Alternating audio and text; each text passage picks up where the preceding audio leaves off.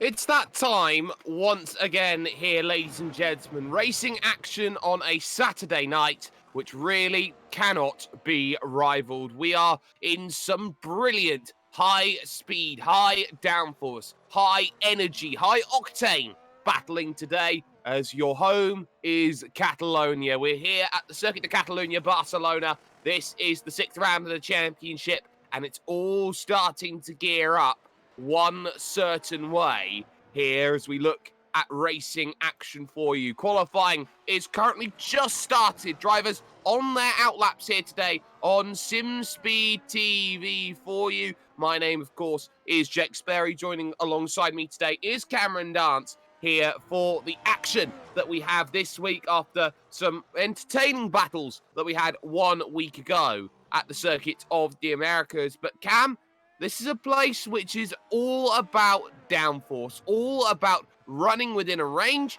and all about qualifying. Certainly it is, and we saw that from experience as well last season as well when the Williams was here as well. So it's really going to be quite interesting to see what's going to happen here today with the McLaren and who's going to end up coming out on top. Tian's been absolutely dominant all season long, so he's probably going to be the favourite to take it out again, but certainly we'll see who can step up to the plate this time out. Heading towards the Lakaiksa corner, turn number 10.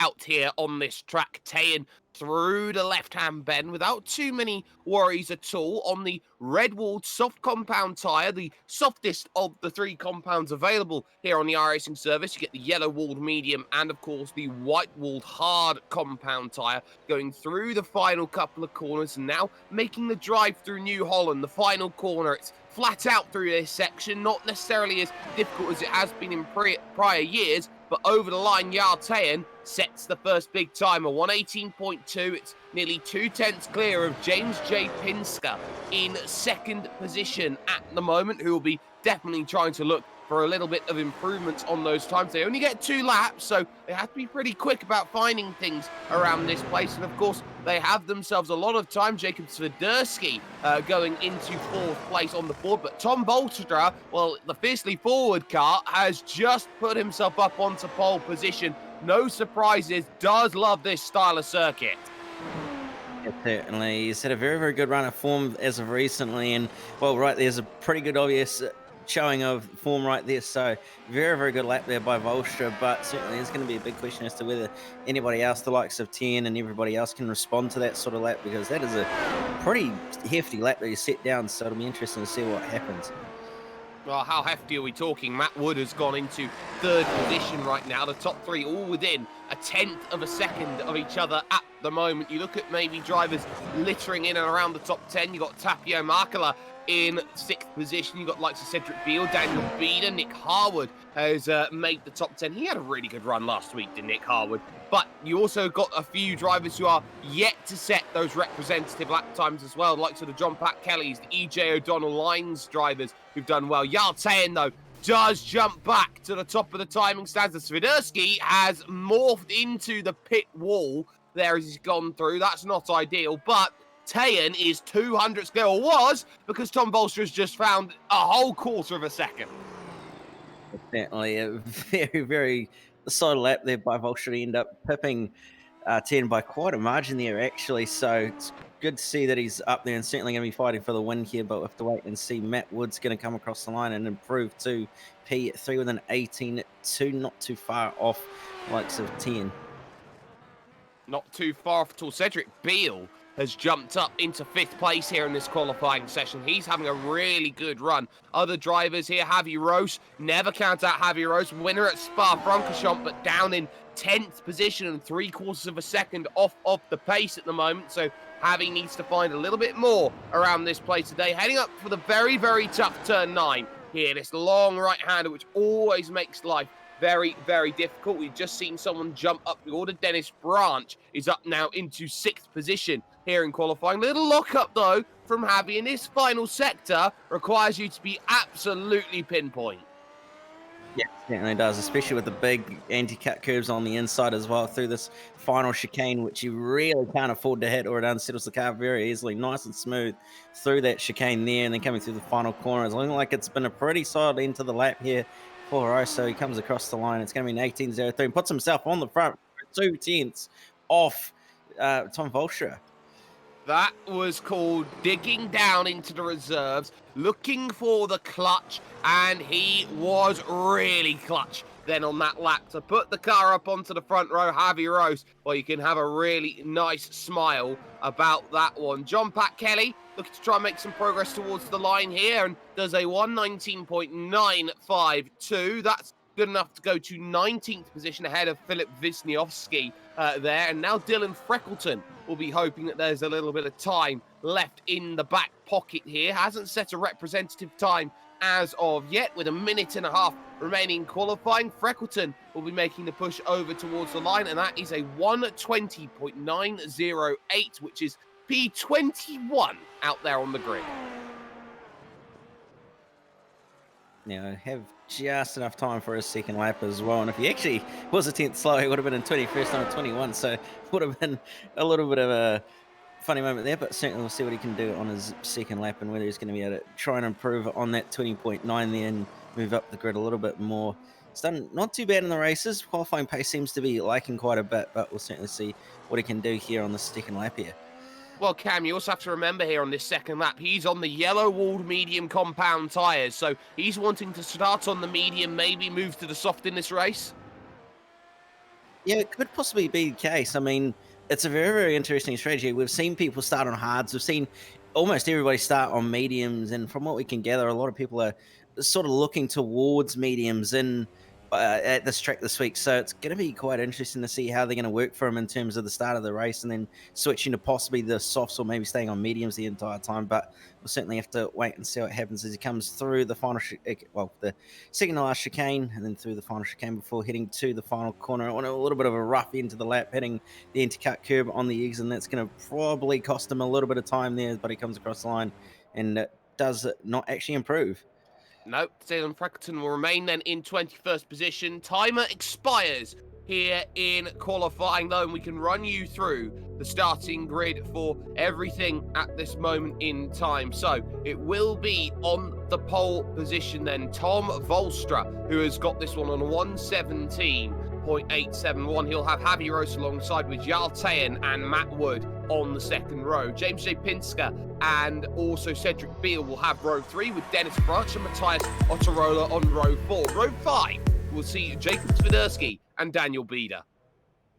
Then you're going to have Tapio Michaela just behind him and Ewan Meredith on row 6. Row 7, it was going to be Nick Harwood and Stephen Chantel, and then you're going to have Kent Nielsen and Thomas Bartosik in 15th and 16th. 17th, EJ O'Donnell Lyons and Ray Griffin, John Pat Kelly, Philippe Wisnowski, Dylan Fredericton, Anthony Cat, and Philip Sheaf rounding out the 23-car field.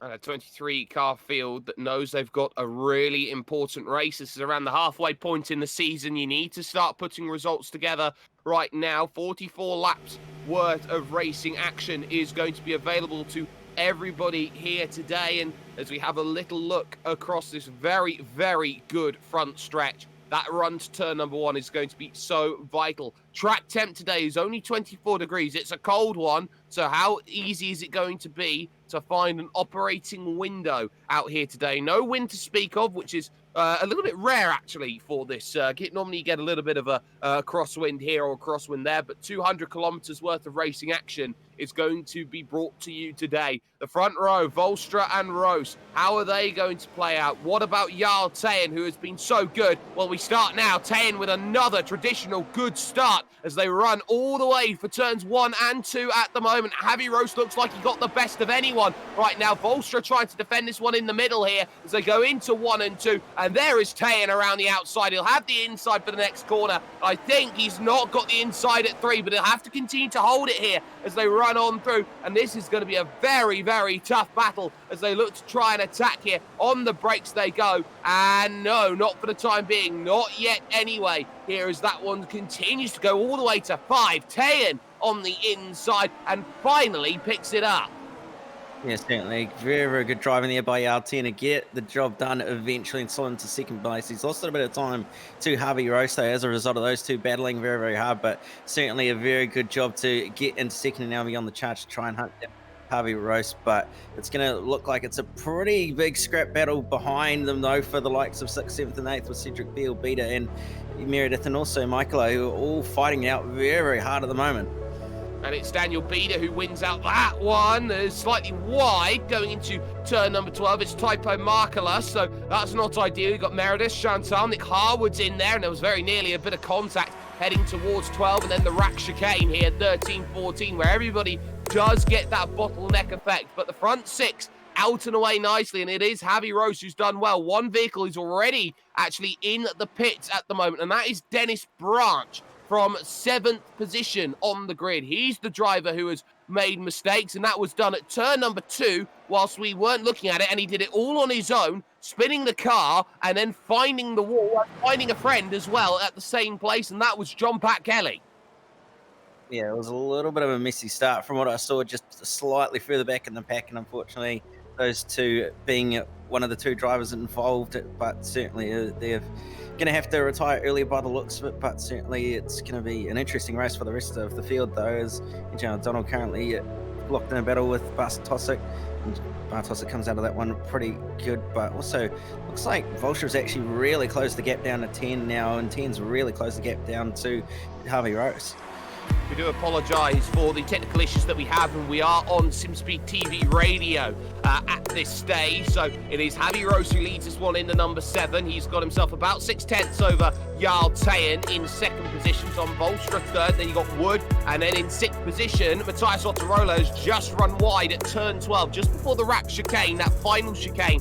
So Ottarola running into troubles. Ewan Meredith is currently the bridge between the divide, has made a couple places here on this lap and has jumped up ahead of the likes of Daniel Bieder and co. And Bieder, in fact, has found himself down in the pit. So I wonder if he's run into troubles. He has, and he went straight on at turn number 6 with what looks like to me, Cam, a technical failure. Yeah, just going to have a look at it myself, and it really does look like a technical failure. He just hasn't braked at all, and he's just gone straight ahead and into the barrier, unfortunately. So not too ideal there for Bieder, and he's going to be a little bit disappointed with that as a result, but certainly be coming out next week to try and recover some points from that. Well, we'll see how this one all plays out at the moment here, as we do have just still, again, the same issues that we were having a little bit earlier on with our cameras at this stage. So enjoy our cameras in the third person here, ladies and gentlemen. There are still some great bits of racing going on, as Matt Wood here is in 4th position right now and trying to hold off James J. Pinsker, who is in 5th position right now and is trying absolutely everything here to get himself close enough to go on through. They've got themselves onto lap 3, so that's going to mean that the DRS, the drag reduction system, is in full effect, Cam, here in this race, so they won't have that necessarily to worry about at this moment in time. But that long straight, that's where we're going to be seeing that DRS come into play, but it might not be as strong as other places because of this high downforce nature. Yes, certainly it might not just be enough of an advantage at this stage, but that's so if they can use their ERS to some extent or time it so that the ERS is deploying at the right point, they might just be able to get enough advantage out of it, both pieces of equipment, but certainly have to wait and see what it might do in a little bit. Well, it's not too windy either, so it's not really going to be too much of an effect in terms of holding that driver up in front of you. Exactly, that's going to be something worth keeping in mind the longer that this race goes on. But the battle in the mid-pack is one that's looking very, very interesting. A couple of battles here and there. You've got Ewan Meredith, who's holding back Typo Markula, Stefan Chantal, Nick Harwood, and Cedric Beale. And then just behind that, you've got Kent Nielsen, who's doing his best to try and keep back EJ O'Donnell Lines, who is there in what is 13th position. Now, these drivers have all picked up maybe a couple of places. Beale's the only one who's dropped out of all of these drivers in this field. He's down 5 so far, but he sees 4 places in front of him, so he's got time to work with here. This is a 44-lap race, and they've already done 4 laps of the leaders, so the leaders already 1/11th of the way through this one. Yes, certainly. They've already got partway through this, but it's still a long ways to go to get to the end from here. So it's going to certainly be a matter of just timing your strategy right and making sure that you keep your car clean. As we've seen, there's been a few incidents really where there's been a number of people just getting caught out by various different moments and having their own moments of their own. So going to be interesting to see what happens here as Nielsen currently busy having to defend from O'Donnell Lines, who's actually really wanting to get a move on. He certainly is, and he's certainly looking like he wants to have a really good run at things. I've just noticed the gravel traps and the lines in the gravel traps, actually, I think I should say, and I'm not too sure who's run into troubles, but I believe it was Philip Schiff who may have found himself in the gravel and out at turn number 4, so that would have been something just to keep in mind here in this race, and it was. So right now we do have a couple drivers who are a lap down or maybe even a little bit worse. So there are a few dramas going on out here on circuit, and ultimately this is a track which does not like you being very, very nicely on this circuit. It's a very tough circuit. It relies on so much around this place, and you have to be so dependent on the car being planted underneath you to get the most out of it. If you don't have that, then you're in for a very, very long day around this place, because this is designed to be a case of going through a thorn bush backwards, effectively. Yes, certainly it is, especially with its variety of different corners, high speed, low speed, medium speed, all very different corners that I guess you could almost say none of them are the same in some respects because of the way that they're all characterized in some way. So it's really one of those tracks where throws everything at you, and you pretty much have to adapt to it and try and build a car around it. So it definitely makes it very, very interesting in terms of how setups are made and being able to engineer the car to work very, very well. But like you said, if it's not planted, it's one of those tracks that you're going to hate. This is Tapio Markela, who is chasing down Ewan Meredith in 7th position right now, who does run slightly wide through turns 7 and 8, which leads into this turn number 9 up over the hill. But there's where the dirty air effect comes in. You get DRS here on the run towards turn 10, Lakaiksa, but you don't have enough of a straight to really make that happen. And then Markela is effectively stuck in this dirty air effect, and he's not just getting dirty air from in front, he's also getting dirty air from behind as well, and everybody running in. As it looks like Volstra here has had himself a huge moment coming out to the final corner. He has. It's the penultimate corner even. He was close to second, and what has he done? He's caught the anti-cut curb here, Cam. Yeah, he's just caught it a little bit too much, and it's unsettled the car, and he's tried to get on the throttle as a result, and he's had to end up doing a half spin. Luckily, didn't hit the barrier, but he's dropped well down the order now, just in behind likes of Nick Harwood and Stephen Chantal, so he's well down the order now as a result, but certainly is going to try and have to recover this one, and still has plenty of time to do it, so might not be a total loss, but it's still a long way to go now. And on top of that, Chantal has actually managed to get through and has gained Chantal has actually just lost a place to Nick Harwood, who has just jumped up now into the 8th position. So doing a really good job right now here is Harwood, and it does just open out the field at the moment. Javi Rotes on home soil leading this event by 2.5 seconds over Jarl Teyen, with Matt Wood in 3rd position now, defending from James J. Pinsker there and Matthias Ottarola. We have just lost our feed again, ladies and gentlemen, so we'll bring you coverage the best that we can at the moment. Volstra is immediately trying to attack through turn number 12 to get back through on Stefan Chantal, but Chantal is doing just enough right now, Cam, just to make sure that Volstra is unable to find a nose in. As we say that, though, Chantal runs wide at turn 12, and that is a position very comfortably gained by Volstra.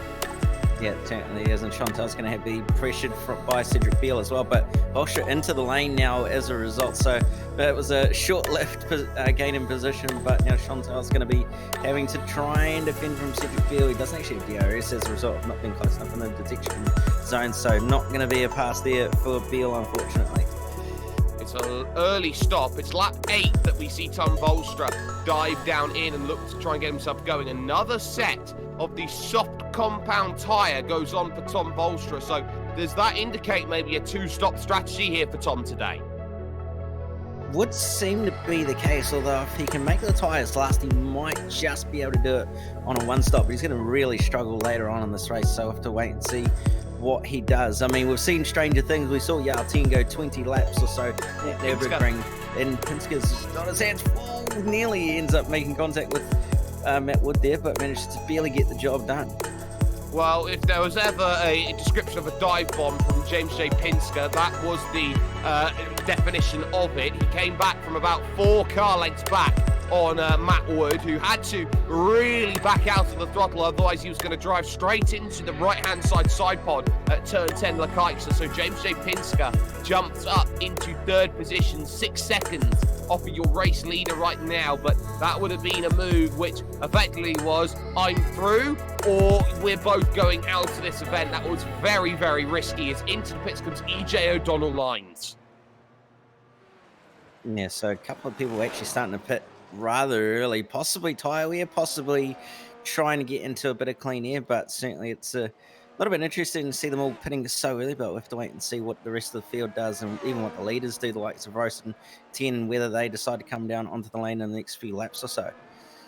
We do have pictures once again here, ladies and gentlemen. We thank you very, very much for staying patient with us. Matt Wood, they're in 4th position right now. We'll be hoping to try and gain through the field and find those places back. But at the moment, you can see he's losing a lot of time to James J. Pinsker right now. He's now 1.5 seconds back off of the pace here on lap 9 of 44. And of course, with the way that these soft compound tyres go, they really do start to hit a cliff around this quarter distance mark that you find. So in a couple of laps, these drivers are going to start struggling here on these tyres, and they'll be thinking about that pit stop. But ideally, they'll be thinking about, okay, how long can we stretch this? Can we stretch this out to lap 12, lap 14, lap 15, lap 18? And if you're really, really good with tyre life, which a lot of these drivers are, lap 22, get a fresh set on, run it home to the end on the medium. Yeah, that might be the strategy for a few of these drivers, especially the likes of Rice and Tien and possibly even Pinsker and Wood, but we'll have to wait and see whether they possibly do shake it up a little bit. You'd have to think that it would be the case for the likes of Rice and Tien, who are well and truly out the front and clean here with no real pressure from behind. So we'll have to wait and see what they do, but certainly it's going to be all on for those in the minor positions. Stefan Chantal and Cedric Beale have both dived down into the pits then. They're getting their stop done on lap 10, and it looks like it's going to be a battle off of the lane, which Cedric Beale here is able to get off and away and going again here, and looks like he'll just pull up ahead in front of EJ O'Donnell-Linnis. So, EJ O'Donnell-Lines, I should say, getting that one through. So that's a nicely made move then by Cedric Beale, but ultimately, this is a racetrack which is not for the faint-of-hearted. People look at it on paper and go, oh, it's Barcelona. We've seen this a million times before since 1992 when it made its debut on the Formula One calendar. This is a track which really is inconspicuous in the way that it really does challenge a driver. Yes, certainly. It very, very much does. And again, it's got all those various different corners and various different parts of the track, and Volstra just making his way on by Wisnowski, who's had possibly a moment just being slow out of the corner. It's had an off, so is going to be losing a position. He's actually had contact with Swiderski as well on the way into the corner, so that's why he was slow, and possibly going to be some diffuser damage to Swiderski's car, but is going to be having his hands full is Anthony Cap, as Volstra is going to have DRS this time by, sneaks up to the back end, and it manages to send it up there. So they're going to be 3 wide down the front straight, and Swiderski's unfortunately going to drop 2 for 1 there with that damage that he's got. Oh, that's not ideal at all, side by side. Well, he is going to hold on just about here against Anthony Cat. He is on the, what is the red-walled soft compound tyres. And just looking back there, Anthony Cat, I'm not sure if it was the light or anything that we were looking at. That does look like the white-walled hard tyre.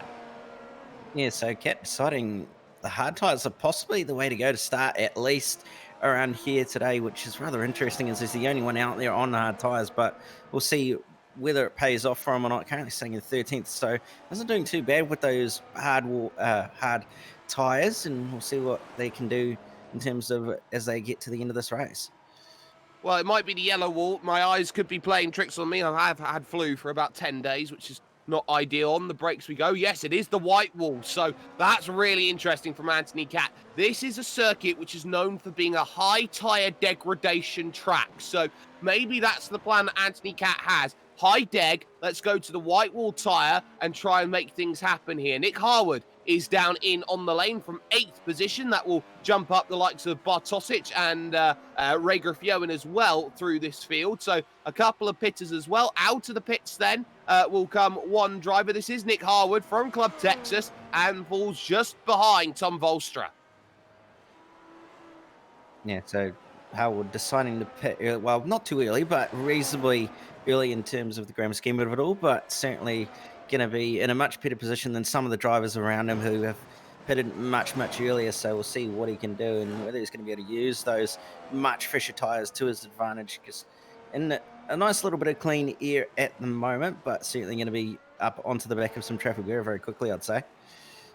Ooh, that's Kent Nielsen, and that is no rear wing. So he's running some dramas here, has Kent out there on this lap. So what has happened to car number 23, who is missing the rear wing now at this one, and he's been missing it for a little bit, and actually a lot of bit, I think is the right way to say this one, Cam. He's been running around quite a bit here in this event without a rear wing. Yeah, he has actually for a few laps now, which is kind of interesting considering that usually you want that rear wing, but we'll see what happens as Meredith. It was with Linus. Yeah, it actually was, by the looks of it, going back and having a look. So, yeah, that's unfortunate there for him, and he's going to have to struggle around with no rear wing as Meredith comes out of the lane, and he's just going to clear Tom Volstra, but Volstra's going to try to drive around the outside, but not quite going to be close enough to get it done. Well worked by Ewan Meredith. He holds the place then. In terms of where that happened for Kent Nielsen, it was lap 9 where he ran into troubles. He had contact with EJ O'Donnell-Linnis, or EJ O'Donnell-Lines, I should say. And that was at turn number 11 where that contact happened, and he was backwards all the way to 12 and into the wall there. So that's where the damage happened. Still, a few drivers yet to come down in and make a stop. We've seen Matt Wood actually come down in, make a stop, and get back out and going again in 6th place. So Matt Wood has had a pretty good stop of things at this stage and is the first really of the leaders who has come down in, made a stop and made things happen. But we're still waiting on the likes of Javi Roche, Jarl Tejen, James J. Pinsker, and the likes of Tapio Markula and Thomas Bartosic to come in and make a stop. On cue, I believe that's the driver in 3rd position, James J. Pinsker, who's down in to make the stop on lap 14. Yeah, and it looks like a few others following suit too. Michael coming in to do his pit stop as well. So it's very, very well predicted there, Spirit, but certainly Pinsker's managed to come out ahead of Matt Wood by a reasonable margin. So has actually managed to make some gains out of that pit stop as a result. Yeah, good stop then from James J. Pinsker. Is back out and away then in 3rd position. Hasn't actually lost any time compared to Matt Wood, who he did make the overtake on earlier on in this race. Now, the question I'm looking at here is Jarl Tejen versus Javi Roche, because I've been keeping an eye on those lap times over the last couple of laps, and Jarl Tejen has just been slowly whittling that gap down now to 2.2 seconds. It seems like Jarl Tejen has figured out how to make the soft tyre not only last, but last and keep that tyre life to be expendable and usable compared to Javi Roche. Yeah, certainly. And it could also be in part of the setup as well, and that they've set the car up to look after its tyres a lot better than someone else as well. So we'll see what happens in terms of going the extra distance for Jarl Tejen and whether it's going to pay off. But Roche is going to be coming in to his box now, so we'll see where he slots out in terms of everybody around him. Doesn't look like anybody is actually going to get on by him, so he's going to come out in a lot of clean air here, and Pinsker just coming through the final corner now, so he's going to have a lot of clean air, and he's going to be able to use this and do some very solid laps very, very quickly.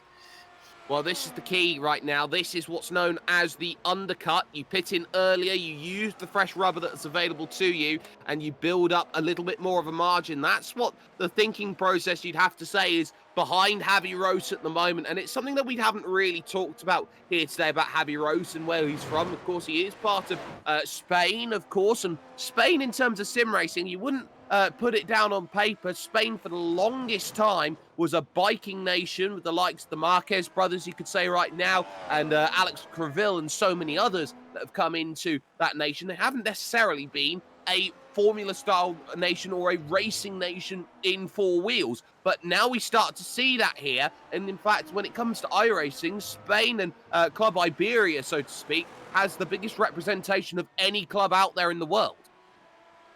Yeah, it's certainly one of those interesting things is each individual country has their own, I guess, niche and their own main sport. I guess you could say the likes of England and the likes of Australia and all that sort of stuff. It's more ball sports, but when you look at other countries and that sort of stuff, motorsports are a really hearty one, especially the likes of Finland, where you've got rallying, you've got circuit racing, you've got various other sort of motorsports that you wouldn't really find in other places, well, that aren't as popular in other places. So it's really, really good to see the likes of the Spanish and Iberian community really actually taking to the likes of motor racing. And I guess you could say that Fernando Alonso was, I guess, almost the pioneer in some respects, and one that built up that community when he entered Formula One back in the day.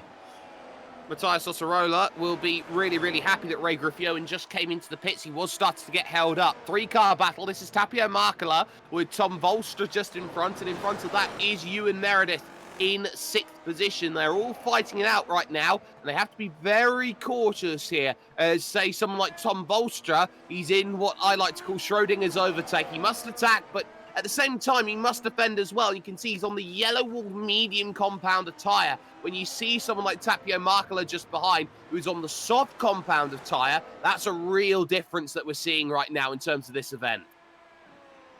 Yeah, certainly seeing that difference, and you can see Volstra had DRS there, so I would defend a little bit, but you can see the difference between the two tyres just in cornering there alone, where the softs are so much better in terms of being able to provide the grip through the corners and being able to use it to their advantage, whereas Volstra on the medium wall compound is struggling a little bit more, not quite able to get the bite out of the tyre that he would have liked, and probably not able to get the advantage that he would like as well. But you can see this is going to be an interesting one because Michael is going to have DRS here, and Ultra is not. He's actually going to have it from Meredith, but not going to be able to get any job done there. Javier Rose has just set the fastest lap of the race, a 1:19.890, as Philip Wisniewski's down into the lane. This is Javier Rose in second position now. This is a really interesting position that Javier Rose finds himself in right now because he's eroding that gap, hand over fist against Jarl Tayen. But the longer that Tayen stays out, the more likely he is to try and get a one-stop available going soft on the tyres. Javier Rose is not in a position where soft is necessarily going to work because there will come a point on those tyres that he's really using at this moment here, Cam, where he is just going to hit the cliff. Yeah, 100%, and he's going to eventually hit that cliff and be in a bit of strife, especially if he burns them up and pushes quite hard. So it's going to be a real waiting game, and he's really going to have to make sure that he looks after those tyres as best as he possibly can and doesn't burn them up too quickly, because once he hits that cliff, he's really going to start to struggle. And by the looks of it, there's already quite a pace differential as well. It was a 21.6 last time by for 10, a 20.0 for Javier Rose. So that's quite the differential already, and 10's going to need to think about pitting at some point, or he's going to lose the lead by quite some margin here.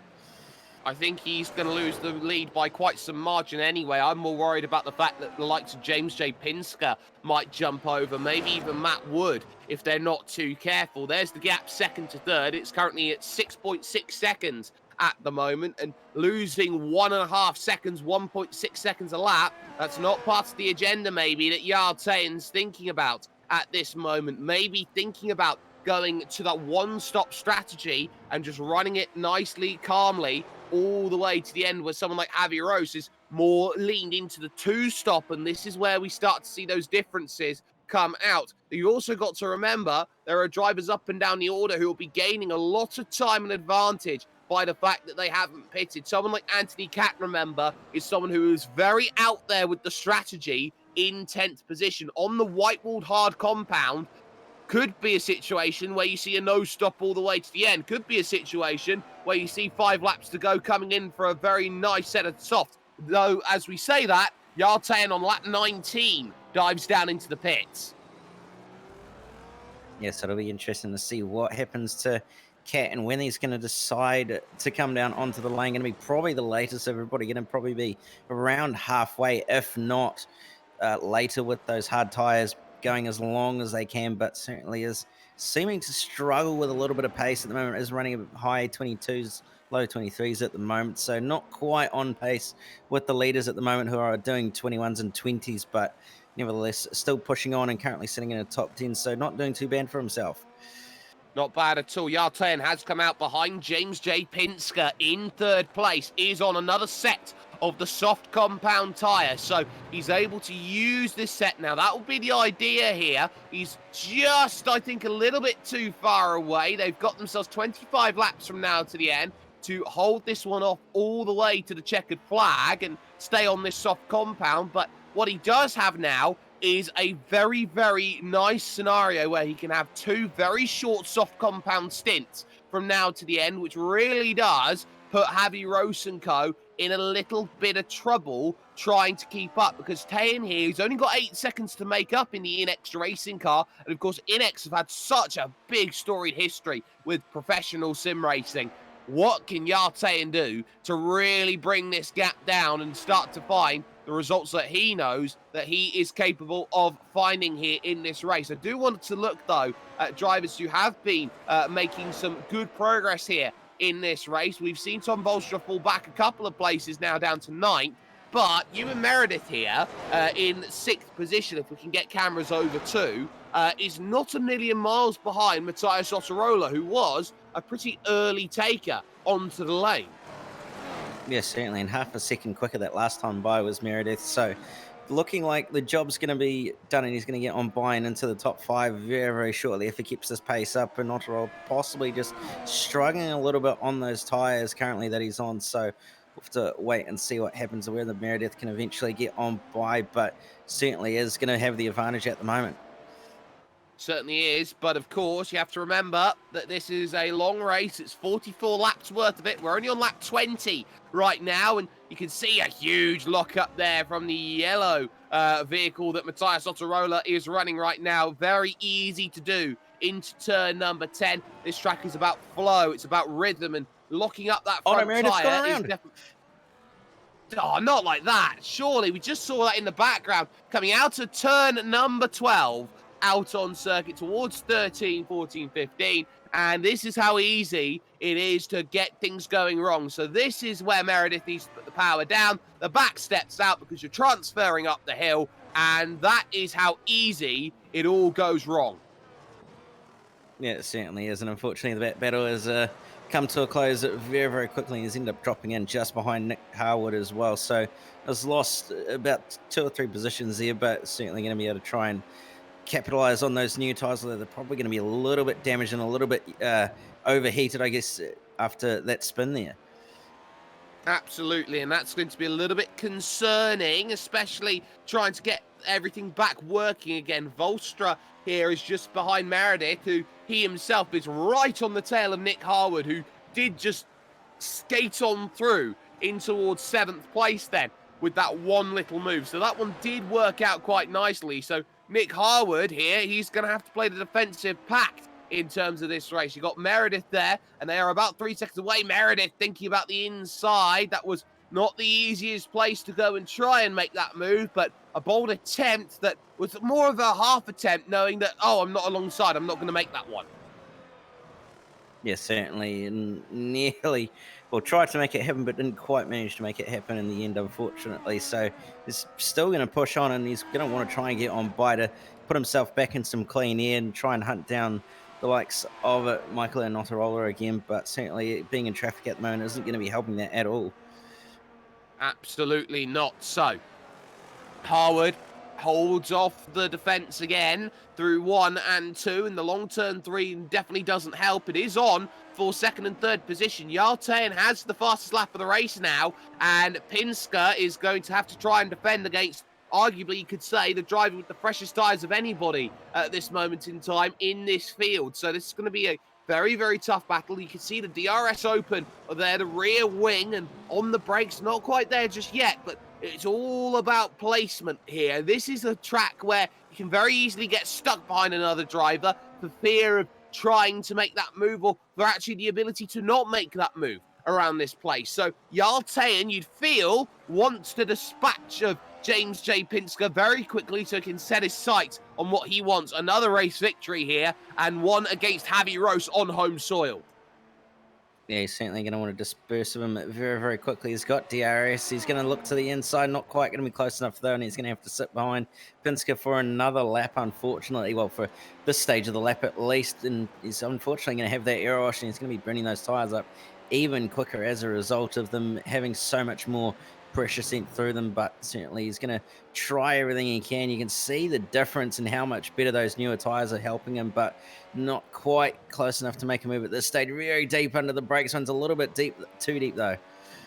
Matthias Ottorola has just dived into the lane, but Tayan can't find the move. The Norwegian trying to get himself by Club UK and Ireland, James J. Pinsker, at this stage. So that's going to be something really interesting to see here, just over the halfway stage in this race. Javi Rose leads this one by 7.2 seconds over these two, 2nd and 3rd position. Matt Wood quietly in 4th place, is just looking to try and just have a good run here, get some solid points in on the board as they go on through here. The left-right chicane, a rack chicane, which leads, of course, to the final corner of New Holland and onto the start-finish line once again. Here, Yartayan, 0.4 of a second. You can see he's up in 8th gear, trying to get everything going. You can see it's such a high, such a high 8th gear. You can see he's already in the blue on the steering wheel. That dash telling you how much revs you have. If you're in the blue,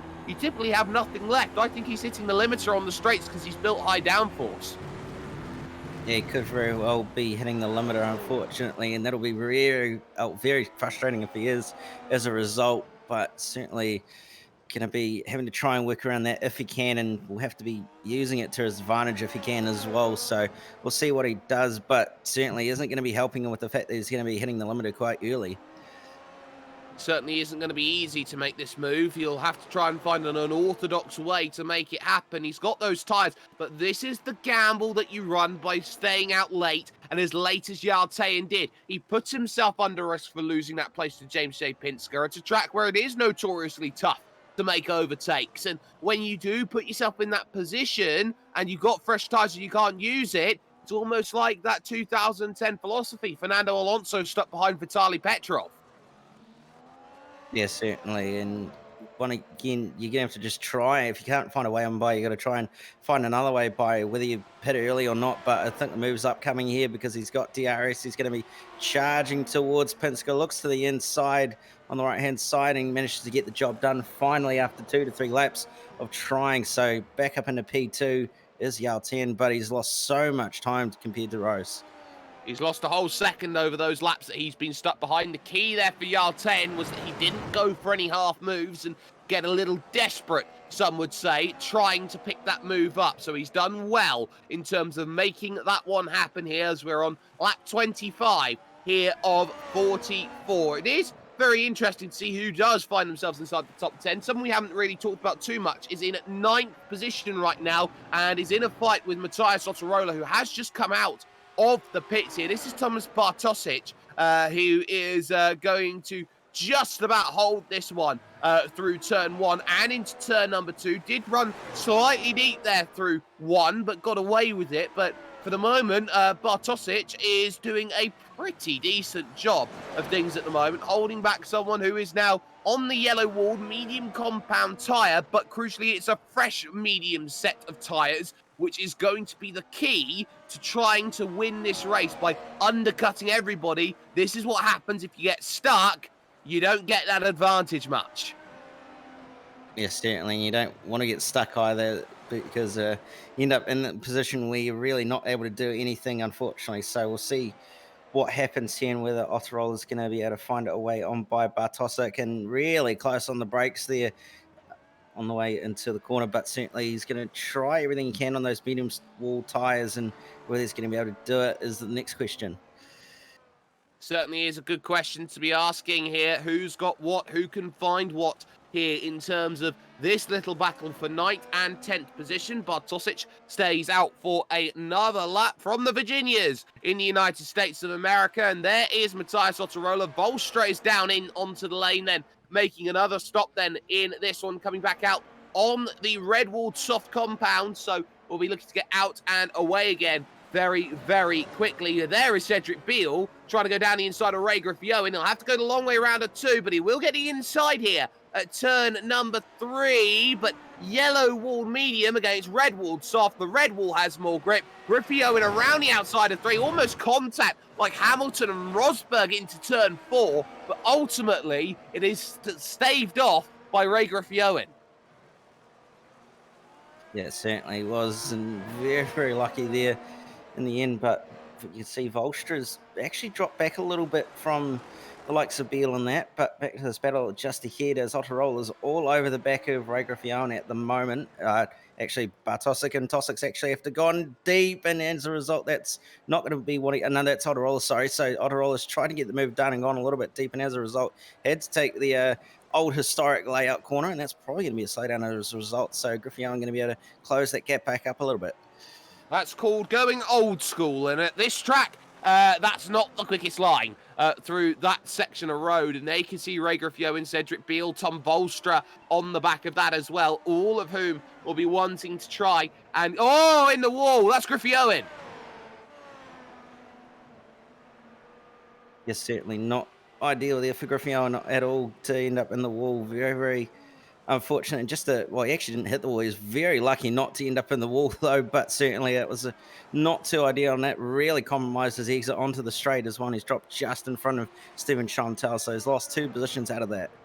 That's a fantastic save. You don't often get the car to come back in that sort of scenario. Ray Griffioen has done so well, and that's allowed Stephen Chantal onto the back then of this little train that we see at the moment. The gap at the front of the field is 7.3 seconds. It was down at about 6.8, 6.9, but Javi Rose has responded over the last couple of laps or so and has done a good job at keeping that gap around a similar place here as we have 17 laps remaining here around this wonderful Circuit de Barcelona Catalunya circuit, which of course has played so much hosting to some brilliant sim racing action, especially across the Spanish community. That has worked quite nicely. But racing right now, Nick Harwood is currently in 6th place right now. He's having a good run of things, and he's actually just coming out of the pits then on the Redwall soft tyre. So he looks like he's going to be out and away again, right into the thick of things, because that's Bartosic, who is through and around the outside, tries Ewan Meredith, who just can't get it done.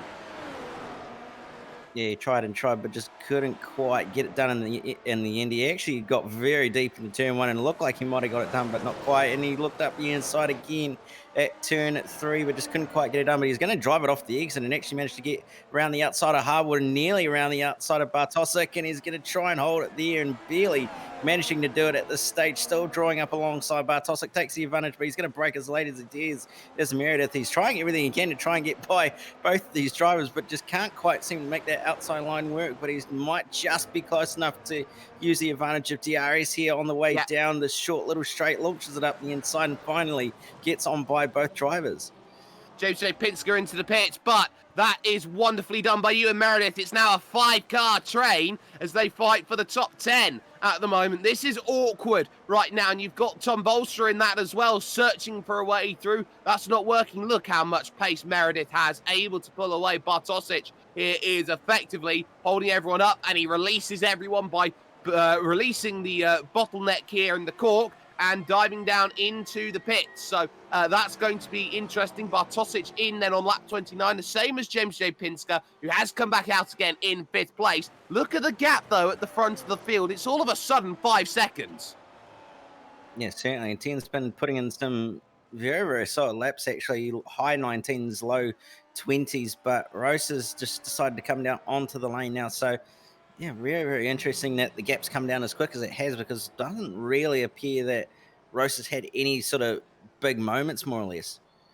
I guess he's just hit the cliff with the tyres and has decided, okay, we're losing time, we bite. Matt Wood also down in onto the lane from 3rd position. It's such a late commitment cone here. You've got that narrow pit entry, which is so difficult. In comes Tapio Markala in to make a stop then. The Finnish driver is looking to try and get a good run of things in a Kimi Räikkönen-inspired livery. Here is James J. Pinsker, though. He's looking to try and get himself past some lap traffic in the form of John Pat Kelly. He comes back out again in 3rd position. Oh, sorry, he is in 3rd position now, effectively, with Javi Rose 10 seconds down the road in 2nd place, crucially ahead of both Wood and Markala, and that was no surprise. Yeah, certainly was no real surprise there. And Pinsker with some very, very fresh tyres. Michael comes out just in front of Volstra and Meredith, but he's barely going to be able to hold on, and he's going to lose out to Meredith. He's going to try and hold on with Volstra, but it's contact, and barely manages to hold on to it somehow. Late contact, net-coded contact. It looked for all the world it was contact, but the contact would have come late for Tapio Markala going on through that section, which is making that an even better save there with the reactions that they have. Of course, in Finland, to get your driver's license, you have to have a Scandi in your back pocket. That would have been where the skills would have come in from Tapio Markala. The opposite lock was fantastic.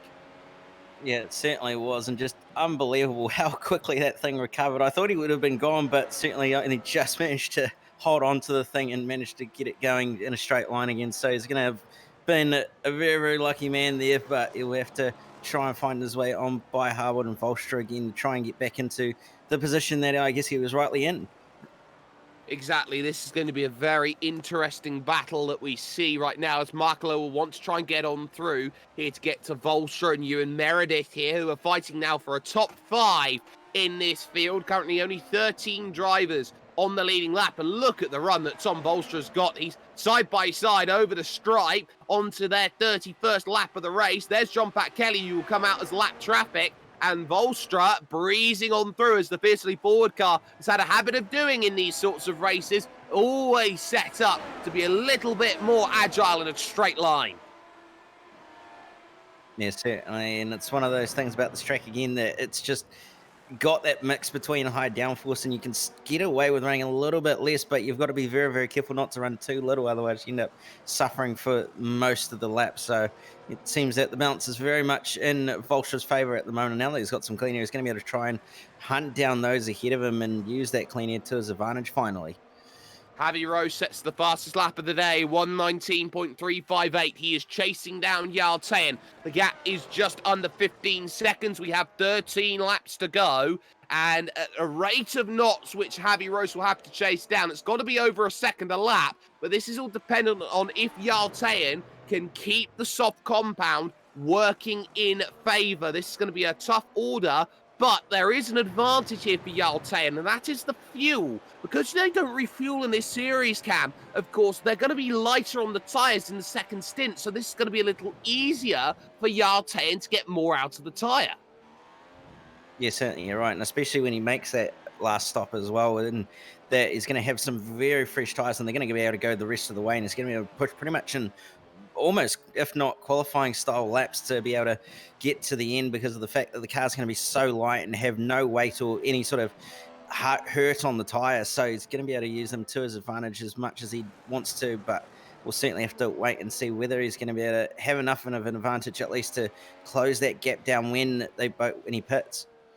On board with Tapio Markela as he chases down Nick Harwood in 7th position right now, all of whom behind Ewan Meredith in 6th place. They go through turn 7, little bit wide there from Harwood, who's looking to be aggressive here, wants to be attacking here at this stage, and it's working nicely here, though, just enough to make sure that Markela doesn't have much to really argue with in terms of this battle. It's close, but again, close isn't good enough. You need overtakes around this place if you're going to make something happen. At the moment, we are not seeing those overtakes. We have had a couple of retirements from this event. Dennis Branch, Philip Schiff, Daniel Beeder, and Anthony Catt has become the most recent retirement here in this one. So that is where the retirements are. Meredith will have to go defensive, though, here on the front stretch, because here comes Harwood looking to go on through. Nick Harwood looking like he wants to try and get this one done around the outside to make it work. Nope, you're going to have to keep on looking. You need a little bit more cash money if you're going to find that on the straight to find the move. Yeah, certainly. There's going to be no ticket to the next position there for Harwood. Unfortunately, he's going to have to sit behind for another lap. And now Michael is all over the back of Harwood here. He's looking very, very racy on some very new tyres as well. So he's going to be able to use them to his advantage. But certainly he's going to be pushing very, very hard to try and get on by Harwood here. He's looking like he might be suffering a little bit with a bit of tyre wear. Ooh. In comes Yaltayan. This is interesting. Javi Rose has just put in the fastest lap of the day, but Yaltayan will come out now on a fresh set of soft compounds once again, and he'll be chasing. The gap is 8 seconds, and he's got 8 seconds to find, 9 seconds to find in 10 laps. Now, this is a really tall order because Javi Rose is going purple right now. Yeah, it certainly is a very, very tall order with the fact that Rose is driving the absolute wheels off those tyres, but they will drop off at some point. You have to remember that Tien's going to be able to push as hard as he wants from pretty much here on out on the new tyres that he's on, and Rose's tyres are going to be slightly older. You have to remember he came in on lap 30 effectively, so he's got to run 14 laps compared to the 10 that Tien is. Well, there's the battle you got on screen. Ewan Meredith again doing well on the defence, holding off who he needs to, Nick Harwood. And just behind that, you got Tapio Markela, who wants to get close enough to get that move done, move up towards 6th place. They've already said goodbye to Tom Volstra, who is now just a couple seconds down the road in 5th position. That's the goal at the end, that top 5. It's looking like it's in Volstra's back pocket at the moment, but again, Harwood wide, mistake, and thank you, says Tapio Markela. Side by side through turn 9, you don't often see that one, but Harwood just about holds on to it there. How on earth has he held on to that? Yeah, certainly. He's done a fantastic job to hold on to that somehow or another, but it was very, very marginal between contact. But nevertheless, they've managed to make it through there without any sort of contact or damage. So props to them. That's such a tough corner to go side by side because not only, Cam, are you dealing with the fact that that's a corner which is really heavily affected by the dirty air effect, it's also off camber and it angles to the outside and that gravel on the exit. Yeah, certainly, and really can't afford to run too wide as well. So very, very lucky to get away with it as well, and certainly putting on a very, very good show. But we'll see what happens here and whether Michael is going to be able to try and do it again, or whether he's going to have to sit in behind for a little bit longer and then use the DRS on the straights when he can, or a little bit sideways on the exit for Michael. So definitely pushing very, very hard at the moment, but he's not going to want to done that too many more times with those rears. No, he definitely doesn't want to light up the rears here in this race. That's the last thing that will be on the mind. There is, of course, as well, a battle going on for the final spot inside the top 10. Markle are not close enough here in 8th place to make that move, but for 10th, 11th, 12th and 13th, they are split by about 2 seconds at the moment. This is Bartosic, who's got EJ O'Donnell lines just behind that. And then you've got the likes of Ray Griffioen and Cedric Beale there, all of whom will have to be really, really nervous about Javi Rose, who'll be approaching on all of these drivers. So what do you do here with the drunken sailor? You hope that you throw him overboard for one, but you hope you get your moves done. Yeah, you certainly do hope you get your moves stuck, and it looks like Michael is going to be under pressure from Harwood at the moment as he's going to try and go around the outside. Is Harwood Meredith going to try hold it on as well? And unfortunately, Harwood's going to run a little bit deeper now. Michael is going to try go around the outside at turn 3. He's going to do it and actually manage to make it stick amazingly well. Oh, wow. Tapio Markela. Let's catch that on the Motum simulation replays here, ladies and gentlemen. So this is, again, another case of Harwood trying to go around the outside of turn 1. It hasn't worked out on 3 occasions, and the third time, well, it bites your hand off. Fool me once, shame on you. Fool me twice, shame on me. Fool me thrice, I'll lose a position for my worries.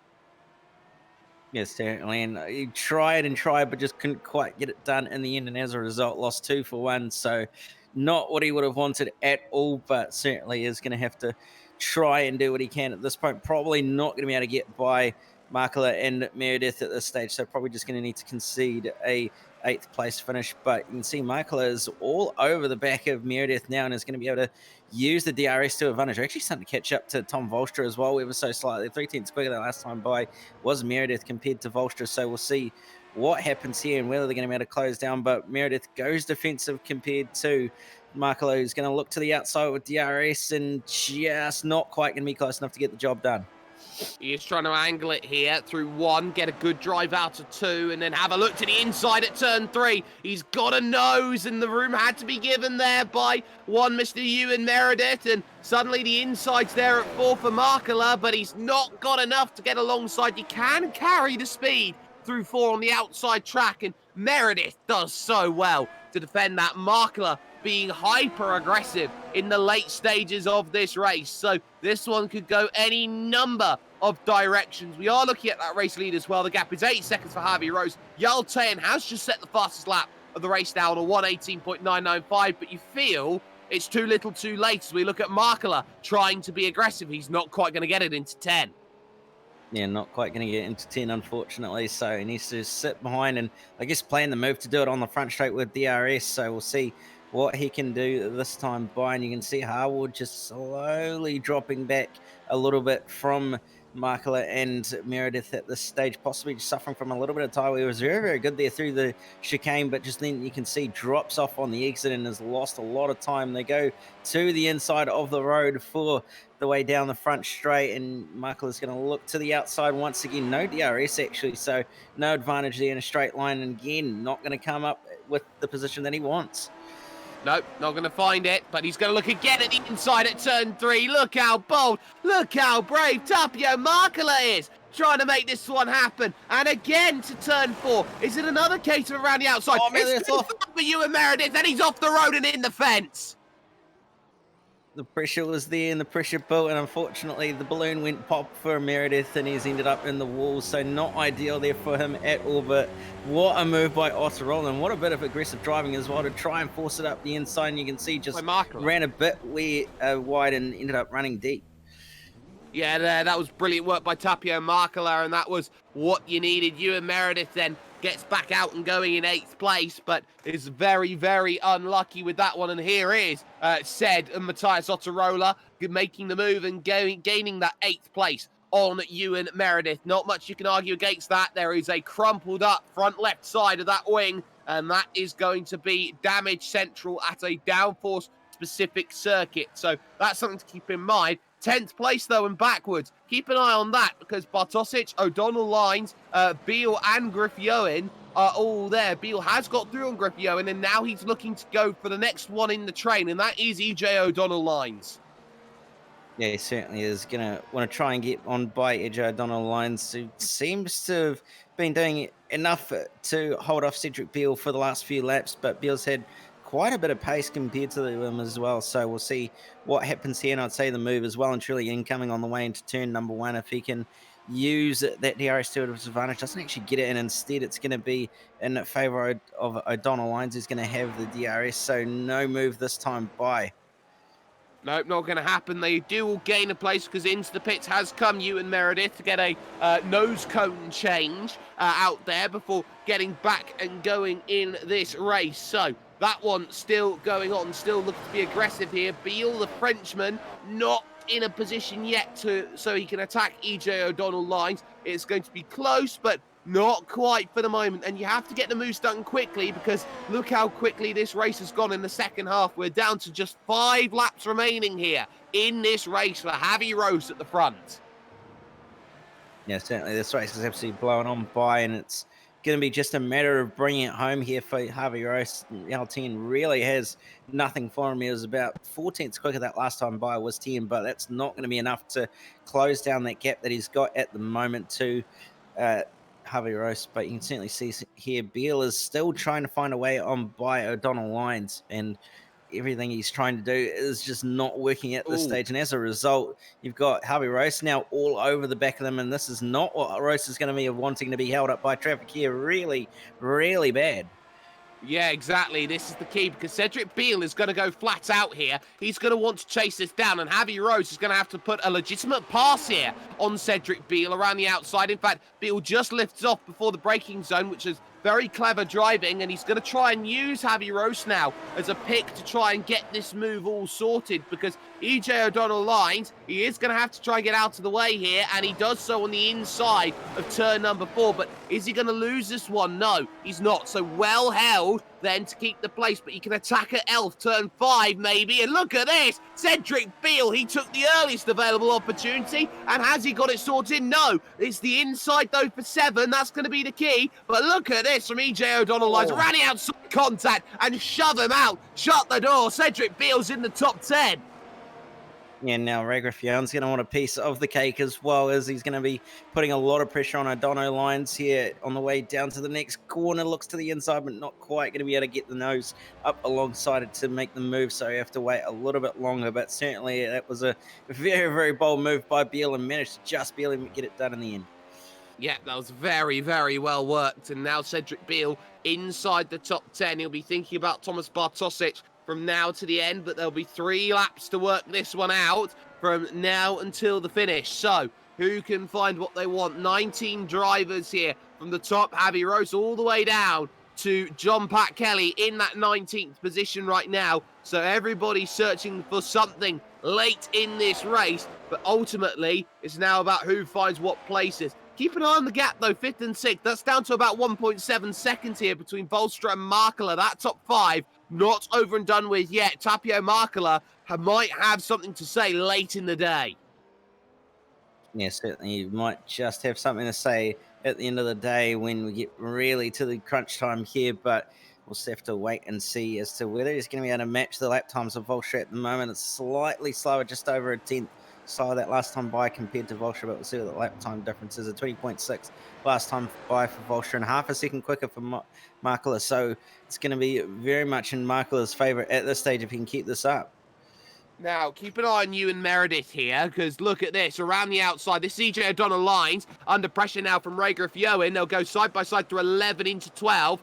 And remember that someone had to come and make a stop. Why'd they go? Yartayan's right on the back of all of this one at this stage. And work it out. Work it out between yourselves, why don't you? Here, as that is down the inside from Yartayan, it'll be forced onto the outside. He's forced to take the Tony Hawk line on the anti-cut curve. This is awkward because they're fighting for 11th place and Tayan has to interject.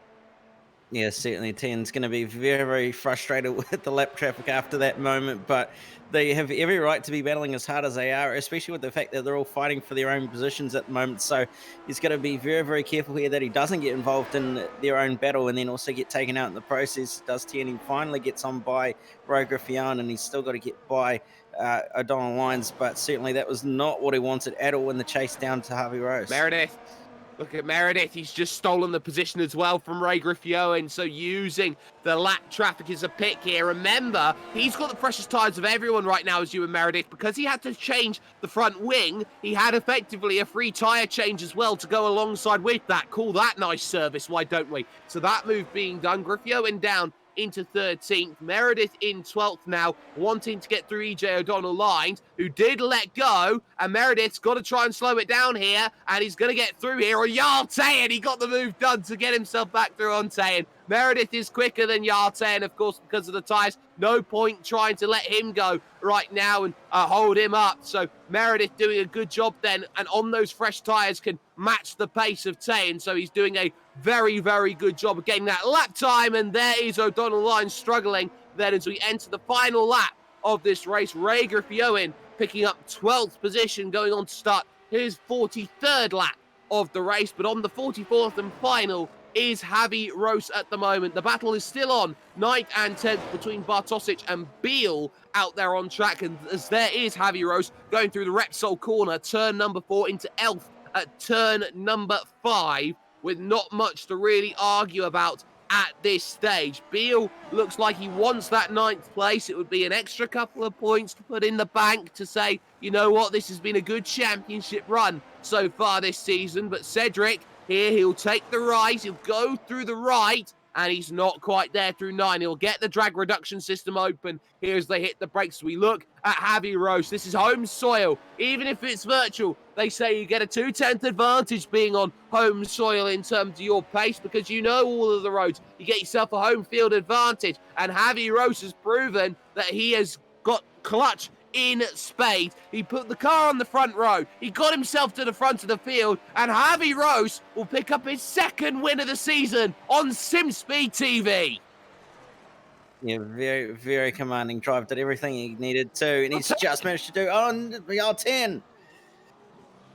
Wow. So Yartayan goes around, and I think he'll look very, very sheepish with this tail between his legs, picking this one up. So how has this one happened here? So he's going through the right, and has he looked to be aggressive down the inside? Oh, yes, he has. And where is Meredith supposed to go there? At a very, very tough chicane. Try and make those moves. Yartayan didn't need to make that move, but my goodness, did he want to? And he'll slowly make his way over the line. And crucially, he finishes just 1.5 seconds clear of James J. Pinsker. We've seen issues like that earlier on in the season. Monza costed 2 drivers their race victory and 2nd places respectively with that. So you have to be so cautious at the late stages of the race. Yes, certainly. It could have all gone pear-shaped if it had have been any more roost for Yao-10, but certainly it's one of those things that you just have to more or less concede and just be a little bit safer than trying to make it up the inside and make up time you're not really going to gain much out of. It was an awkward end to the race, but ultimately, official classified results, they are on your screen right now. Javi Rose, well, it says 20 seconds, the margin of victory, but it was a lot closer than that for the majority of this race. He had to earn that one, did Javi, and he did so very, very well. Yartayan will take 2nd position. He'll take his tail between his legs because he nearly threw that away. James J. Pinsker will take 3rd position ahead of Matt Wood. In 4th place, we had a quiet drive. Tom Volstra had a spin from 2nd position. He gets 5th place, though, through all of the troubles. He did just about hold off a hard-charging Tapio Markela, who lit up the field here today and lit up the broadcast with a lot of overtaking action. He gets 6th with Nick Harwood in 7th. Matthias Ottarola is the last finisher on the leading lap. He gets 8th place come the end, with Thomas Bartosic just holding off Cedric Beale for the top 10.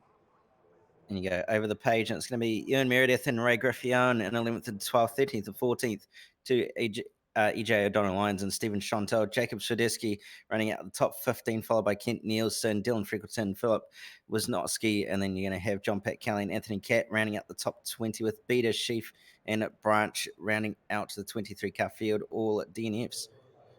Anthony Catt you can put as well on that list of retirements here today. Only the 4 that didn't make it over towards the checkered flag, but ultimately this was a race which you have to say was one which was won through very, very good driving and making sure that you were clean with 0 mistakes. Not only was that a case of winning with least mistakes possible, that was what happens when you play to the optimal strategy out there on circuit. It worked for Javi Rose today, and he can be happy about that, because now we start to move to where we go next week, and we follow the Formula One calendar effectively and what they're going to be doing after Portimao, which they are racing at this weekend. We're heading, Cam, to Imola.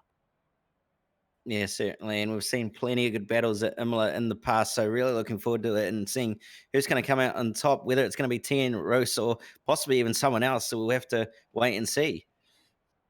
Well, this is going to be key right now, and the only place you can catch that is with SimSpeed TV. If you haven't already, go to the bottom right, go just underneath that on the screen. There's something called subscribe. If you hit that, you can see all of SimSpeed TV's amazing action that we have for you, ladies and gentlemen. So great work to be done here today, and the only place you can catch more great sim racing is with us. A massive thanks, though, has to go to those who get it done for us here today. First and foremost to Motum Simulations, who have been on the replay, to Scott Fountain, who has been battling bravely against technical issues all race long, and he's managed to sort everything out. So a great job by Scott Fountain today on the cameras. From Cameron Dance alongside me, I've been Jake Sperry, and Javi Rose picks it up on home soil. He's very happy. He's really, really happy with that result. And, well, who can blame it? Home soil, home advantage, and you pick up a big win when you need it the most. Time to build a streak, though. This is the place where streaks start to get made. And Imola, of course, is a track which absolutely loves being alongside the form book. We'll see you in a week's time over at Autodromo Enzo Edina Ferrari.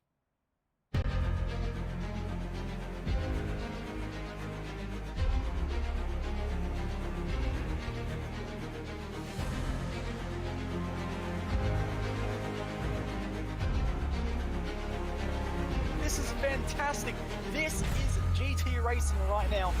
He's got traction, he's got rid of the outside, both of them! Maloney! Oh, he's taken Anderson.